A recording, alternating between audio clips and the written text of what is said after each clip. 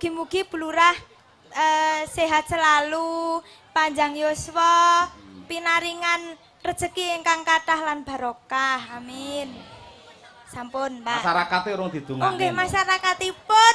Iki masyarakat iki do urunan lho rumasamu. Oh iya. Kok ora didongakne piye tanpa ada apa swadaya iuran dari masyarakat sing dumadi saka ora kurang 317 kakak. Waduh nggih. Oh, kaya ngono kuwi. Kagem masyarakat sedaya kemawon. Hmm. Mugi-mugi panjenengan tansah sehat.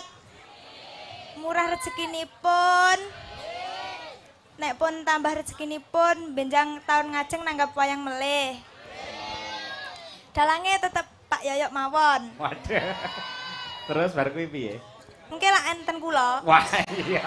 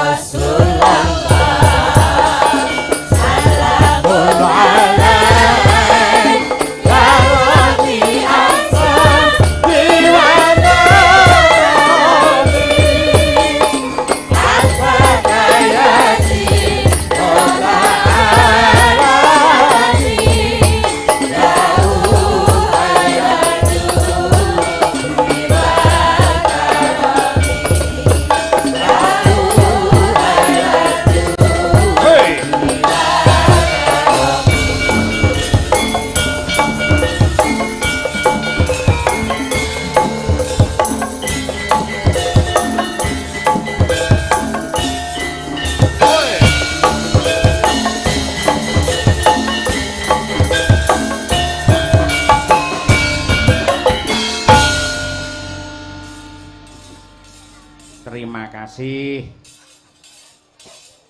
Yang pertama dan yang terutama, langkung rumiyin kula nyuwun tepuk tangan untuk warga masyarakat Banaran.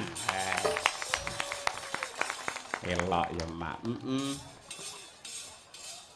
Kena nggo tamba kangen ya, Nduk. Iya. Mbuh pirang tahun kepungkur, 3 tahun utawa 4 tahun kepungkur awake dhewe sowan ana ning Sidoarjo ning mapan ana ning Malu. Ripalungguhan iki dikersake karo para warga masyarakat ing Banaran. Oh ngono. Ya ngene iki lho Nduk, sing jenenge manunggaling kawula lan Gusti, sing jenenge Ibu Lurah Sri Nur Cahyaningsih, Pak Carik Sukamto lan uga panitia sing dipandhegani karo Roko Mas Edi Suliswanto, bendaharane Bapak Yamuhar, bener-bener menjadi pelayan masyarakat yang sejati. Mergo kaya adicara sedekah bumi sing ditindakake dening warga masyarakat Banaran Sidoarjo Senori Tuban iki pancen hajate masyarakat dudu hajate Bu Lurah. Oh ngono. Mula Bu Lurah, Pak Carik, panitia kuwi mung nekseni lan ngamini apa kang dadi kersane masyarakat. Sing milih dalang ya masyarakat dhewe, sing nemtokake dalang ya masyarakat dhewe nganti tekan lakone, nganti tekan bintang tamune, nganti tekan wancine. Kuwi sing nemtokke masyarakat. Tegese ing Laladan Sidoarjo kene selaku kepala desa karo pamong desa kuwi bener-bener menjadi pelayan masyarakat yang sejati, nuruti apa kang dadi kersane warga kabeh, watone tumuju marang bener lan utama. Oh ngono ya, Mak. Iki mau minangka salam pambuka ngaturake lagu apa? Minangka mukadimah ngibarate wong pidato iki mau ngaturake syair tanpa waton. Kuwi karyane Kiai Haji Nizam saka ing Sidoarjo cedhak Surabaya kono sing asring dikumandhangake dening almarhum Gus Dur lan ugi warga NU. Oh iki mau syair tanpa waton. Lagu yang bernapaskan Islam. Mergo nyocokke karo situasi dan kondisi. Aku karo kanca-kanca sowan mrene wiwit padang mau nekseni kaya apa to endahe Mbanaran, kaya apa to guyupe masyarakat ing Mbanaran, kaya apa to le piyayi Mbanaran ki anggene tigen mugen pangideping cipta, anggene manembah kelawan Gusti ingkang nyipta jagat. Ngono. Mergo ngapa to sebabe aku ngaturake lagu sing Islami? Mergo pancen piyayi kene khususi sing Islam ki racake kusuk-kusuk anggone salat, kusuk anggene ngibadah. Tur len netepi salat wajib ora ana daleme dhewe-dhewe, selalu berjamaah. Kowe yen mlaku ngidul rono jentrek-jentrek anane musala karo langgar, Nduk. Oh iya, kuwi tenan. Mula piyayi Mbanaran ki angger kok jam 3 sore krungu adzan asar, Allahu Akbar, Allahu Akbar. Piyayi kene langsung gruduk neng sawah. Oh neng sawah, neng langgar. Lah langgare ngliwati sawah. Terus nindakake apa kang dadi perintah agama, salat berjamaah. Mula raneh ramu kaliyan piyayi Mbanaran ki anane mung guyub rukun samat sinamadan daya dinayan. Iya, ngono ya, Mak. Ora ana perkara, ora tau ana geger, ora tau ana masalah. Iya. Lah perkara mbiyen ki ana dalan ditanduri mergo eman-eman lek ora ditanduri. Ya, ayo ngono kuwi mung ngilekake marang para penggede lan pejabat ning nyatane ngendikane Bu Lurah iki bakale direalisasikan temenanan. Amin ya rabbal alamin. Sok kene dibangun dalane, diaspal sing alus. Ya, saka senenge warga masyarakat Mbanaran, akhire syukurane ya tetep wayangan. Ya, ngono kuwi saya becik. Iya. Aja kuwatir, Mak, aja kuwatir. Ing Laladan Mbanaran malu wadung kaya sapen ing wewengkon desa Sidoarjo sing diayomi karo Bu Lurah Sri Nur Cahyaningsih iki bener-bener piyayi sing tresna karo budaya, seneng karo wayang temenanan. Mergo saben-saben sedekah bumi ngene iki sing wayangan ora mung Mbanaran. Malu gabung karo wadung kae ya mesti wayangan. Insyaallah minggu ngarep kuwi sing ngasta Rokomas Bayuwaji. Oh iya, Terus sok bar sura kuwi sapen ya genti wayangan, sing kepareng ngasta ya kuwi Rokomas Ki Sigit Ariyanto saka Rembang.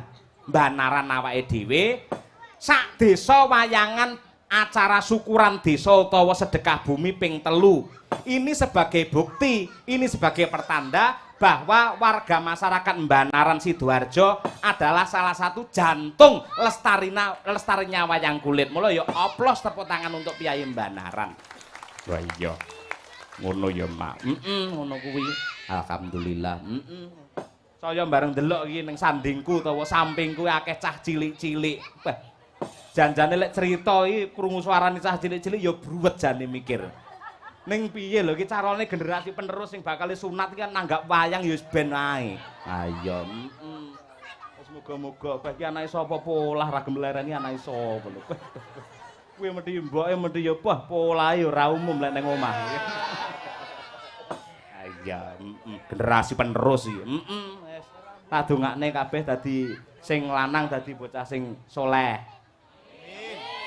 Amin. Nah, sing putri kae sing kudungan muga-muga dadi bocah sing solekah. Nah, sing kae ibu kae sing kudunge kae rada abu-abu kae. Sampeyan iki lho Bu. Nah, sampeyan iki muga-muga sampeyan malah noleh. Sampeyan iki lho. Nah, sampeyan kuwi lho.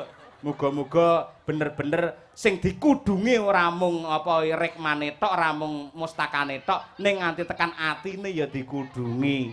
Amin. Aja nganti kuwalik, ketoke dhuwur kudung ning ngisor malah warunge aja nganti. Iya ngono ya, Mak. Ngono kuwi. Ndedonga marang purbane Hyang Agung, muga antuk pangasih Gusti ingkang nyipta jagat. Iya. Wiwit ing ratri iki nganti tekan pungkasaning jaman ing laladan Banaran tansah manggih hayu lan rahayu durga mendhak kala sirna Yuwana Basuki sedaya pinaringan murah rejeki ingkang kebak berkah pinaringan katentreman lahir batin kawilujengan donya tekan akhir Allahumma amin. Hasbuna Allah wa ni'mal wakil.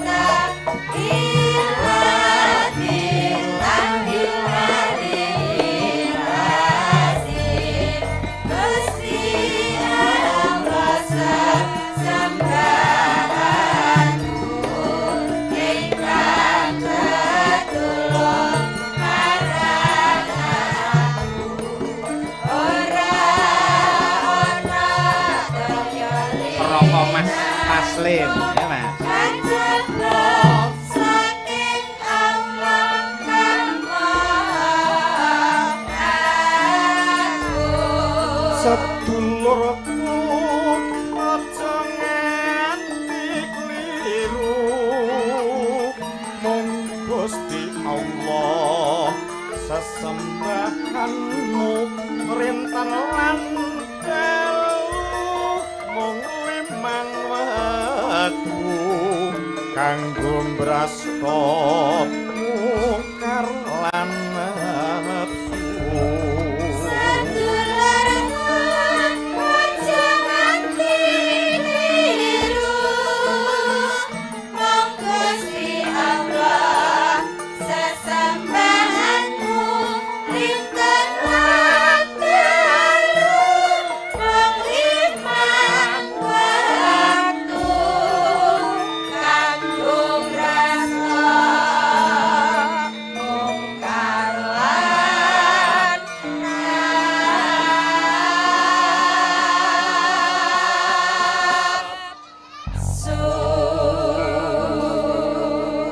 Intine tetep ngaturake panuwun marang kabeh para warga masyarakat Banaran ya, Mak.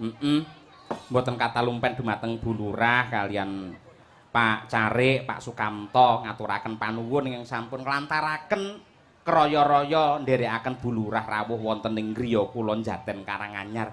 Iya, iya Mak, iya. Lah iki ana pamundhut saka Bu Inggi. Bu Inggi Bu Lurah. Mestine Bu Lurah. Iki larase Slendro patete 9. Ya, Sing nembang sapa? Tak dhisikke anak wedok Umi Hafifah men jumeneng. Ya, yo dikurmati utawa disupoti. Dheke ben numpak sepur, Nduk. Wah iya, heeh. Ya, Nduk, berdiri.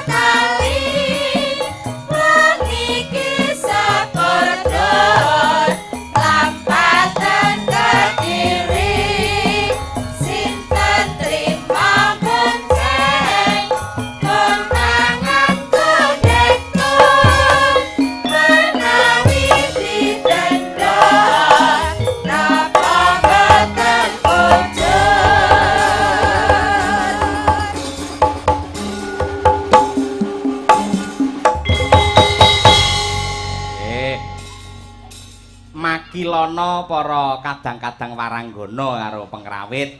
Nduk, Umi. Saiki sampean wis diwasa, wis lulus SMA, wis arepe kuliah. Ya, matura marang sedaya para warga masyarakat ing Banaran kene. Ya, Nduk. Nggih, wilujeng dalu konjuk dumateng sedaya kemawon. Kula nuwun, Pak, Bu. Kula Kaya arep medhayuh kula nuwun. Lho ten pundi-pundi niku kedah kula nuwun lho, Pak. Oh iya bener, aku ora nyalahke kok, Nduk. Lah nggih. Sampeyan kok Solo lak medhayuh ning Banaran. Lah nggih. Mula bener kula nuwun. Aku ora nyalahke kok. Ndang. Kula ten mriki wakilipun rencang-rencang yoga, rencang-rencang waranggana kalian rencangipun Pak Dalang. Kula nyuwun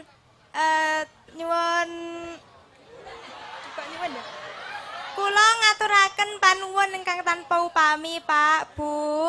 Nggih. Atas apresiasinipun panjenengan sampun napa kersa rawuh mirsani ringgit dalu puniki. Ora apa-apa wong Bu Lurah mau ya malam iki kok. Ha iya. Ora apa-apa pancen yen apa ki ngomong ning ngarepe masa semene akeh iki pancen ora gampang. Sosok ning omah wis ditata tirik-tirik apik bareng teko kene ilang kabeh iki iso.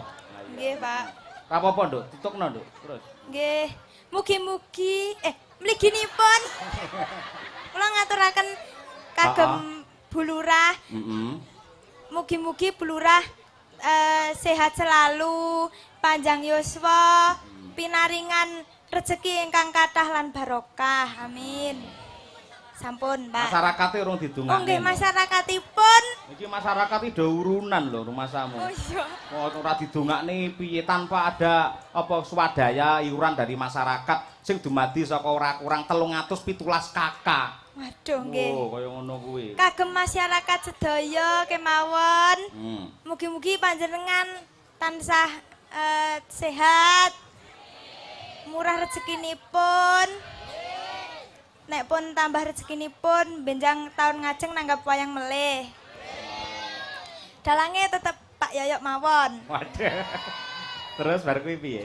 Mungkin lah enten kula. Wah iya. Apik. Sampun, Pak. Heeh, jos ya ngono kuwi. Iki wis lulus saka SMKI, saka SMA. Iki kuliah ya, Nduk? Nggih, Pak. Nang endi? Wonten isi Surakarta. Kepanjangan dari isi iki apa? Institut Seni Indonesia. Wah iya, jurusan Karawitan. tak kira lek Tuban Bojonegoro. Boten. Karawitan ya. Apa Nggih. pengertiane karawitan iki apa? Maknane karawitan. Aduh, jenengan kok mboten anu to, Pak. Apa? Mau mboten WA riyen to. Karawitan. Lah, WA wae. WA aku wis tak lebokne WA-mu ning ora kok buka kok ya. Karawitan. Kara niku santen. Kowe iki tak keprok kowe iso kara iso santen iki lho. Iki cara ngendi ora. Karawitan niku anu, Pak. Rawit. Ah. Rawit niku tegese halus. Heeh, halus. Terus Lha sampun. Kula ngertosi niku tok. jadi muga-muga piyai sing olah karawitan lan seneng ngrungokke karawitan, hatinya menjadi halus. Halus, nggih. Ngono kuwi. Sing ditabuh jenenge apa? Sing ditabuh gamelan. Gamelan. Apa maknane gamelan? Aduh. Calone kowe iki ya nabuh gamelan ora ditabuh tok. Dadi kudu ngerti artine. Gamelan. Apa? G. G niku gong. Heeh, gong terus dikapake. Nggih ditabuh. Gong. G niku gong. A niku ampiang. Hubungane ampiang karo gamelan ki lho apa? Ampiange apa to? A niku angklung. Angklung. Lho angklung niku termasuk gamelan, Pak. Oh iya, gamelan cara Banyumas kok ya. Napa nggih to? Oh iya, Banyumas ngangge angklung. Nggih kula kok wonten. Oh, riyak ya ana. Lah nggih. Ponorogo. Angklung. Heeh. M. M. M menika mik. Eh? Mik. Kok iso tekan mic barang? Loh, gamelan niku nek mboten enten mike mboten saged anu, Pak. Mboten dicopne san ngoten mboten saged muni. Oh. Nggih muni jane tapi mboten banter. Oh, Mesti iya. jenengan mesti nek mboten enten mike mesti nggih ngentung-ngentung ngoten niku. Ah iya. Ibumu buka lek ora tak kei mic-ku ya mesti bingung ae teh. Ora iso nyinden, ora iso gonas ganes, mula ya mesti golek mic. Kabeh sinden golek mic. E jebul. Ayo. Mereka endah. Endah. Nggih. Maknane endah? Endah niku karawitan niku endah, Pak. Oh iya. Sakwise ana gong, enek apa mau? Angklung. Angklung enek mic akhire endah dirungokne. Nggih, endah dirungokne. Lho, saking jenengan anu, napa niku? Jenengan pirsani. Apa? Nik napa? Rancakane niku lho, Pak. Oh rancakan, Rancakane niku kayune ukir kuwi. diukir. Lah nggih saya to, Pak. Iya, heeh. Endah. Terus L. L. Lan ora. L menika lampu. Waduh, Utawi iki lighting. jane arep nyinden war nyuluh kodhok teko lampu Lighting. barang. Lighting, Pak. Lighting. Oh, Jenengan iya. nek mboten enten lighting-e sindan-sindan mboten cantik lho. Oh iya Mboten bener. ketinggal cantik. Tanpa ada lampu mesti penonton do bengok-bengok ya. Ndi Nggih. lampune kok peteng dedet ngono ya. Nggih, mesti Ah, iya. pedhot sindene. Ayo. L. Bar kuwi terus A. A meneh. A menika Heeh. ayu-ayu sindane. Loh. Oh, Mesti iya. angger sindan niku mesti ayu, Pak. Heeh, heeh. Ayu gamelan N. Lah niki Dhewe N. N. Heeh. N. Entekno. N menika nanggap wayang. Terus maknane Gamelan penjabarannya? niku nek mboten enten sing nanggap, wayang nek mboten enten sing nanggap to, Pak. Heeh. Mesti anu. Mesti nggih anu. Mesti mboten payu. Mboten payu, mergo rene sing nanggap. Nggih. Ning welek mlaku ya hati-hati aja njrimpeti kabel ngono kuwi lho. Mboten. Terus rimpet nek sinden mak glubuk ning kono malah isin lho ora. Pun nggih niku Gamelan wis, heeh. Utawa iso dimaknai gamelan itu dari kata bahasa Inggris ya kuwi game land. Game adalah permainan, land adalah garis. Permainan yang tetap menggunakan aturan. Nggih. Ngono kuwi. Nggih sing bener ngeten iki sing leres. Wah, lambumu ora. Ya saiki nembang pamundhute Bu Winggi, Bu Lurah ngersakake Sesideman. Ayo. Nggih. Bawanana engko komplitana tekan langgame pisan. Nggih, Pak. Nggih. Apa ya apa?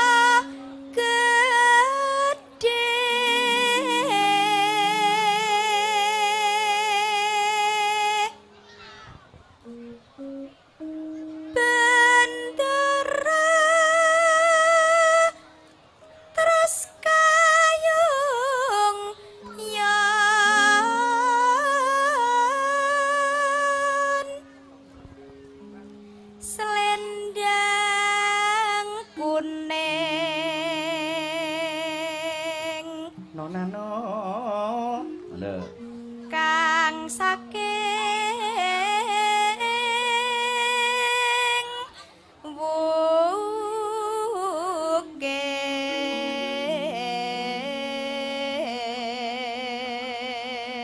wugir swara kurang pramana ning wasis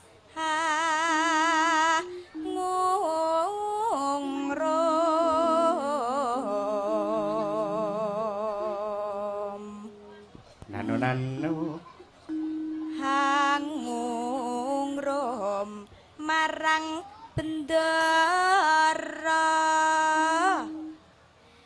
tiasu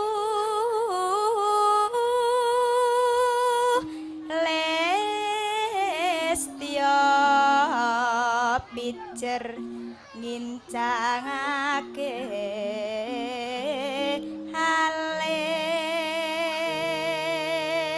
halis masuk terus tresno sesideman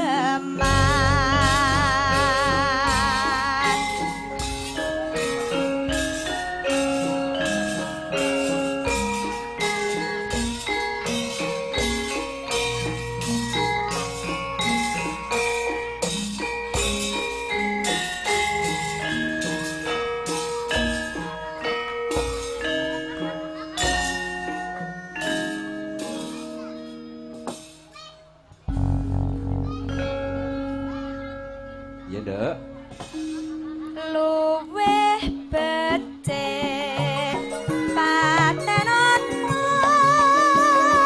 timbang pepisahan ya sulestya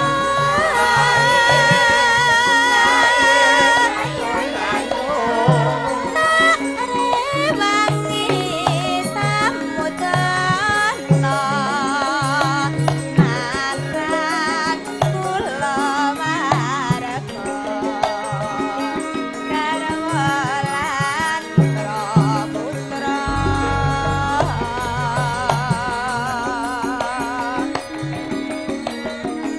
liwat kincanging alismu kumoso hangladang asari hatiku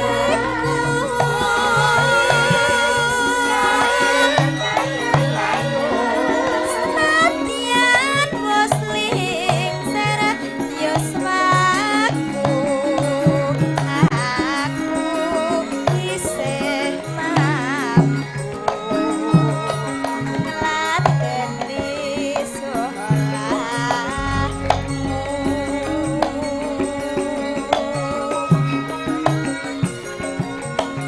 mongko kowe bocah gunung senadyan bocah gunung katukahan jrimko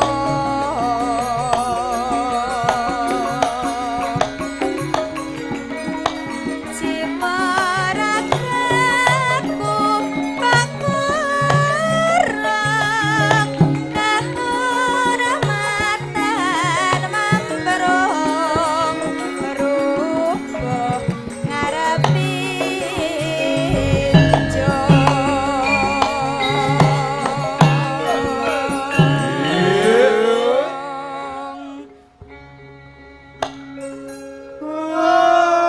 nah karo setel karo sing ngendangi iki ha iya wis semono kendang pirang-pirang didep dhewe ciblon sabet gedhe jaipong isih tambah banyuwangen ayo wis ben dintekne ngono ayo ayo sik rasa kuwi ya ayo ngedine karo vaksin ya urip ana kutha gedhe angkatke ya kowe tukang